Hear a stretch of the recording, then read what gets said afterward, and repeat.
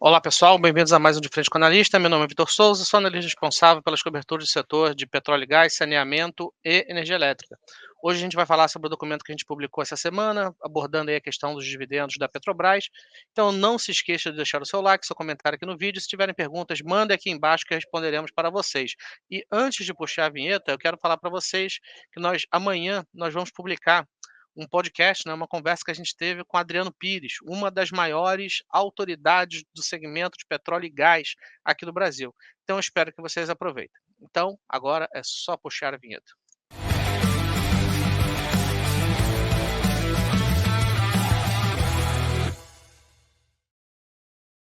Vamos lá. Então, o tema desse relatório, antes de mais nada, é importante entender que esse relatório aqui é um relatório mais temático, né? Não é algo que eu estou discutindo um fato, algo que aconteceu.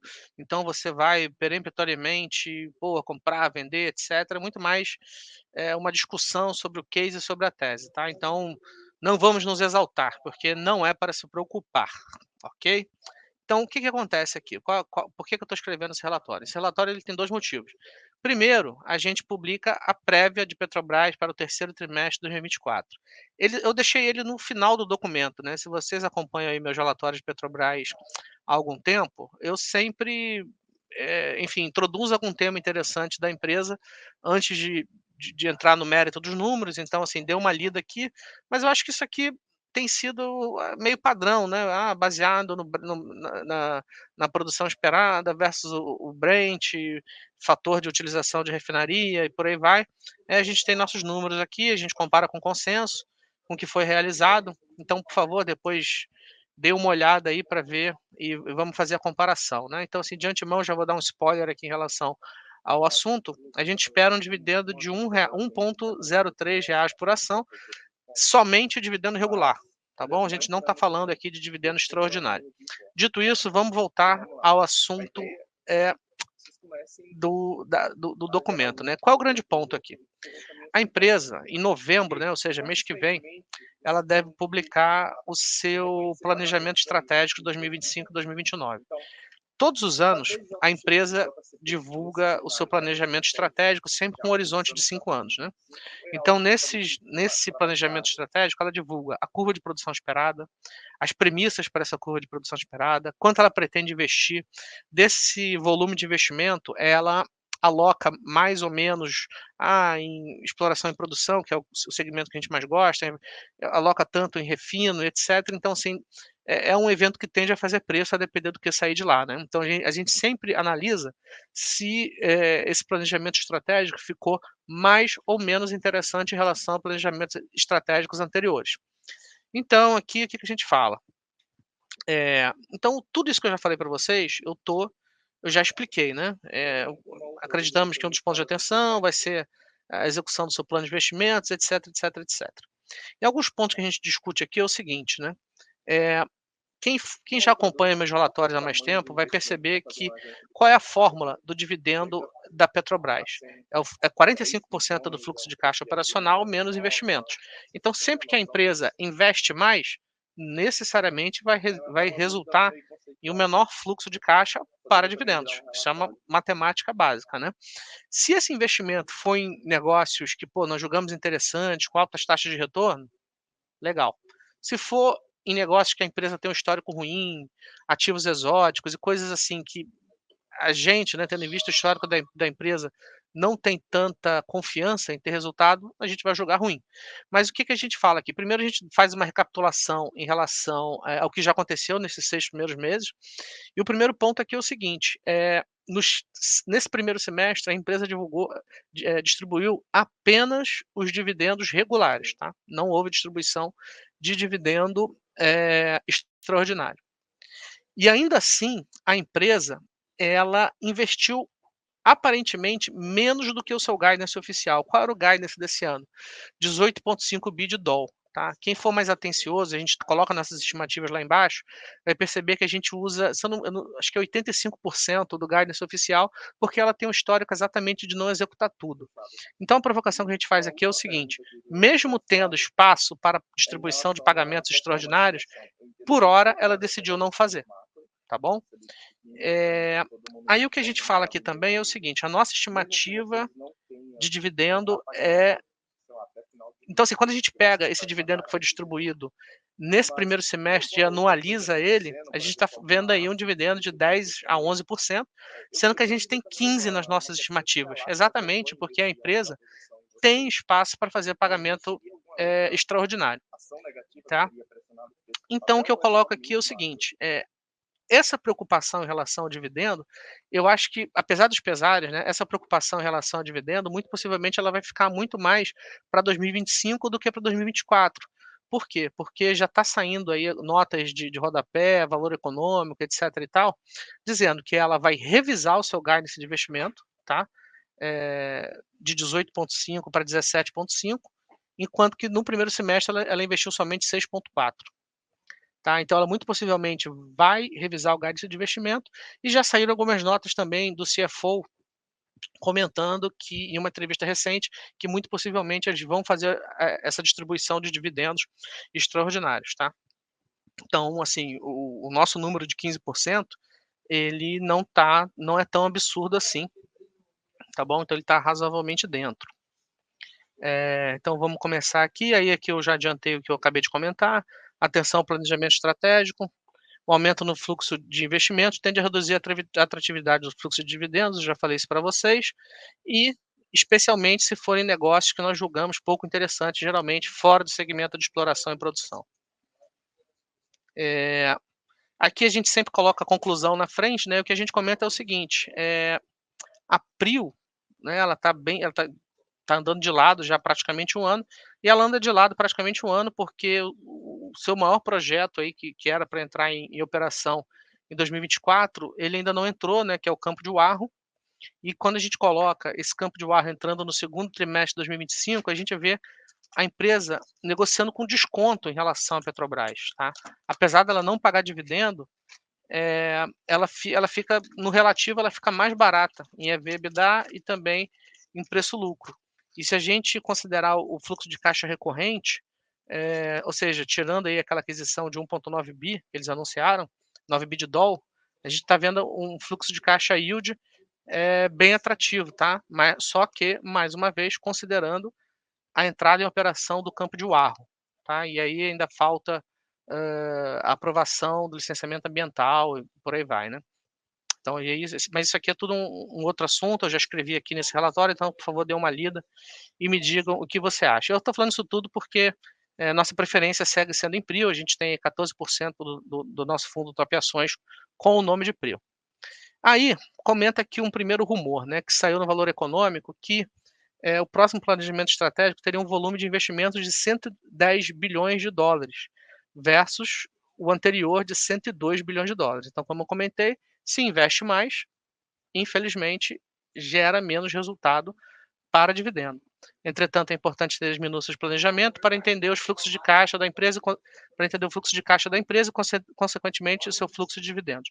E aqui, o que eu coloco em perspectiva? É que eu fui pegando cada um dos planejamentos estratégicos da empresa nos últimos anos, nos últimos 5 ou 6 anos.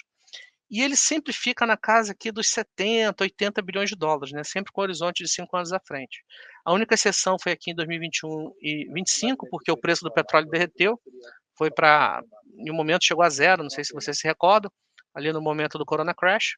Então a empresa revisou para baixo o seu plano de investimentos e eis que no ano seguinte o preço do petróleo voltou tudo, eles revisaram para cima novamente os projetos, tá? Então, perceba que no momento em que entra o Partido dos Trabalhadores, a empresa que a gente aprendeu a amar e gostar dos dividendos, etc., ela sempre rodou com esses 80 bi de dividendos. Ele salta para 102 e o rumorado para agora é de 110. Então, vamos ver aqui quais são as implicações. Então, ó, aqui eu faço o breakdown dos investimentos e, de acordo com o último planejamento estratégico, desses 102 bi, 11 bi seriam alocados em aquisições estratégicas. Aquisições estratégicas essas que ainda não aconteceram. Então, isso aqui é um outro ponto interessante, porque a empresa está há 1 ano e meio falando: vamos adquirir, vamos adquirir, vamos adquirir, vamos adquirir, vamos adquirir o quê? Refinaria, a refinaria da Bahia, que foi privatizada em 2021, petroquímica, muito possivelmente a Braskem, Ativos, renováveis e mais recentemente, como vocês devem ter acompanhado, teve ali um decreto do gás em que vai com certeza demandar algum investimento em infraestrutura, a gente ainda não sabe quanto.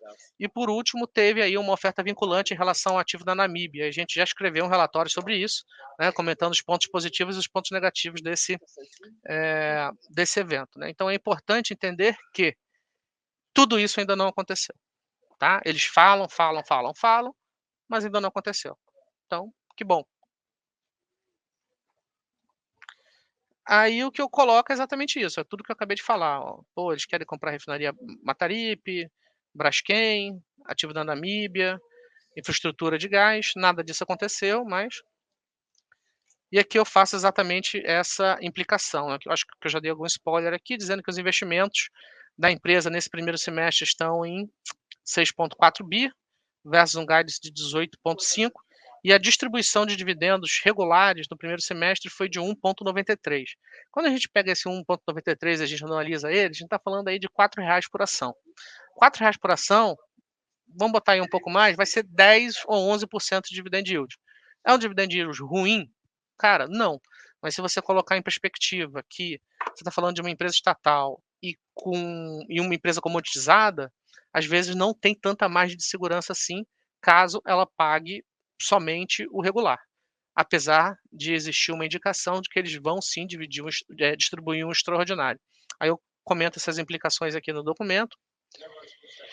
E eu estou falando isso tudo, introduzindo todo esse aí eu coloco aqui a evolução da dívida bruta, etcétera, e eu por que que eu estou contando toda essa história aqui para vocês, é porque eu coloco aqui também o último momento, é que é o seguinte, um fato que não deve ser desprezado, é que o último planejamento estratégico anunciado foi anunciado sob a batuta do antigo presidente, que era o Jean Paul Prats, eh, e que perdeu o cargo, né. E por que que ele perdeu o cargo? Você sabe? Eu não sei, mas eventualmente talvez ele não tenha executado o plano de investimentos do jeito que deveria. Esse é um dos rumores que se alega pela saída do presidente. Então, se chegam para um CEO novo, eventualmente ele pode querer, né, atingir a meta aí de investimentos anunciados. E aqui o que eu faço, todo esse discurso aqui que eu estou falando para vocês é para chegar aqui na conclusão que é o quê? Eu faço uma série de oscilações de estimativa de dividendo considerando cenários distintos, tá? Então, no cenário 1 seria o cenário base, aí eu descrevo aqui os cenários que eu coloco, aí o cenário 1 seria o cenário base, o cenário 2 seria caso a empresa resolva investir 100% do fluxo de investimentos esperados para 2024, 2027, e para o cenário 3 é caso a empresa resolva investir os 110 bilhões rumorados, né, para os próximos 5 anos, né, e a gente coloca aqui o desembolso eh, na curva da desembolso em linha com o padrão, né, dos planejamentos estratégicos anteriores. Então o que a gente fala aqui, ó, na nossa interpretação, caso o terceiro cenário venha acontecer, acreditamos que o ajuste no rendimento da ação virá via preço. Porque se vocês derem uma olhada na tabelinha aqui de baixo, isso aqui são as nossas estimativas, a gente coloca aqui, ó, cenário 2. Ó como é que fica o dividendo para 2025. Ele começa a ficar amassado, caso a empresa venha cumprir o guidance que ela própria anuncia. Então perceba que se no cenário 3 ela chegar e botar de pé os 110 bi de investimentos nos próximos anos, pelo menos no curto prazo, o fluxo de dividendos ele deve ficar bem afetado, tá. Então é mais ou menos essa a implicação aqui. E eu tô colocando isso tudo, porque caso ela invista tudo aquilo que ela própria está dizendo que vai investir, cara, 5% de dividend yield para uma empresa como a Petrobras, Madura e por aí vai, não é um rendimento bom e eu acho que isso aqui teria um impacto em preço, tá. Eu acho que o mercado ia ajustar isso aqui para jogar porque o dividend yield ele é o quê? Ele é um rendimento, né, ele é um determinado volume de dividendo estimado versus uma cotação de mercado, né. Então, assim, acho que se o mercado começar a sinalizar para esse dividendo aqui, eh, muito possivelmente vai existir uma correção em preço aí, de quanto?